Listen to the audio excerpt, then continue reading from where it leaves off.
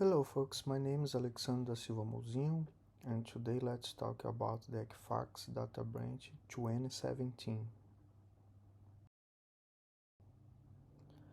Equifax is a multinational credit report agency founded in 1899 and headquartered in Atlanta, Georgia. Equifax holds the information of millions of consumers and businesses worldwide. Equifax sells both commercial credit report and consumer credit report, sold to banks, insurance firms, and healthcare providers, among others. So, what happened in this case? The company was initially hacked by a consumer complaint portal. Hacks had access to address, date of birth, social security numbers, and other data of approximately 143 million customers. What is the vulnerability? When the Apache publicizes and provides a patch for Apache Struct, an easily exploitable software vulnerability. On March 8, the Department of Homeland Security disseminating information on cybersecurity threats. Apache Struct was also assigned the highest possibilities criticality score a 10 by the National Institute of Standards and Technology (NIST).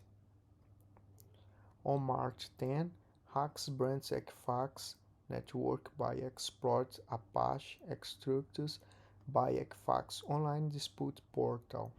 On May 13, attacks spread from the infected portal and they obtain access to all the parts of Equifax network. From May through July, hackers accessed multiple Equifax databases and extracted consumers' personal information. Now, let's talk about the major root causes. The first one, ineffective identification. The USA Computer Emergency Redlines Team in March 2017 issued an alert that all Apache Struct implements should be immediately patched. However, the recipient list for the notice was out of date and as a result the notice was not received by the individual who would have been responsible for installing the necessary patch. Pull detection, a security device that allows it to inspect network traffic, but it wasn't work because a digital certificate it required had expired. The certificate had expired about 10 months before the branch occurred, meaning that encrypted traffic was not being inspected through that period. As a result, during that period, the attacker was able to run commands and remove stolen data of an encrypted connection without direct detection. The number three is no segmentation. Failed to isolate your databases on different network segments. Uh, Poor data governance. Storing access credential used by its administrator in an encrypted format when proposed spreads would have been to only store such information in security form, preferably with access restrict uses multi-factor authentication. Number 5 is no query limits. No restriction places on database carriers. As a result, the attack was able to execute approximately 9,000 such carriers, many more than would be for normal operations when exfiltrated data. The decision used Apache Struct's contribution to its problem. The root cause of the vulnerability is that Apache Struct 2 by default uses Jakarta's multipart parse when the contain type head is set to multipart form data. Alright, now let's talk about the steps to prevent this brand or lessen its impact. The NIST cybersecurity framework contains the baseline and guidelines for maintenance and implement good practice. The first step is identify. For efficient management of any technology environment and reduce risk, every device must be identified and inventoried, and thus the environment is mapped with all hardware and software duly identified in order to obtain adequate management for technology environment and have a update base for risk management in this environment and better system management. So the second is protect, as every technological environment needs adequate and strong access control to prevent unauthorized access to critical information and system, avoid great problems of fraud, information leak, and unauthorized access, as in several cases that we will review to date. This is the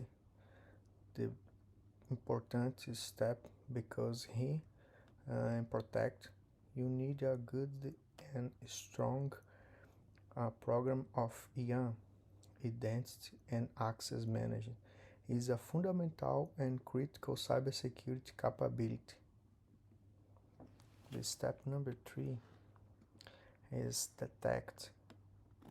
This step is undoubtedly extremely important as a SOC team that is able to detect early anomalies of suspicious activities or incidents in the operation environment greatly increases the chance of avoid major problems in the operational environment, avoid great damage to organizations, prevent cyber attacks. Step number 4 is a respond. A well-prepared organizations with an incident response team means how much an organization is prepared to deal with the cyber attack issues to its structure and how much maturity this organization has to deal with this type of cyber attacks. And the last step is recover. Every organization needs to have a good plan to deal with unplanned incidents such as natural disasters, power outages, cyber attacks, and any other disruptive event. The plan should contain strategies on minimizes the effects of disaster and ensures that the organization will continue to operation or resume its core activity quickly. So, and the very important considerations the other essential elements that must be implemented in critical environments to minimize and mitigate the risk. The number 1 is multiple layers of control. So, multiple layers of control is a strategy that slows down attacks and increases the security level of the technology environment, increases the chance of defend the environment and guarantee that even if one of the layers is compromised. There will be all these additional layers protect sensitive information and infrastructure, making unauthorized access difficult. Examples: NAC, firewalls, cryptography, access management, patch application management, policies, baselines, trainings, etc. The second step is frequent update of inventory system. It's very important how the organizations have your inventory is update. Is the number three is have a clear policies. All the company need the clear policies for all the employees and follow exactly the same page the company, the organization. And also the number four is internal committee. It's very important for the make the new decisions. The board is very important. And step number five is penetration test and audit. This is step very important because it's, as the company all the time is test your your capacity, your software, your all the system about the issues, and also the audit is very important too. And also the number six is cyber security training and the awarenesses for all the employees. This is the line for very important for the trainees, prepare all the employees for the issues, what need to do in case the problem, and also is the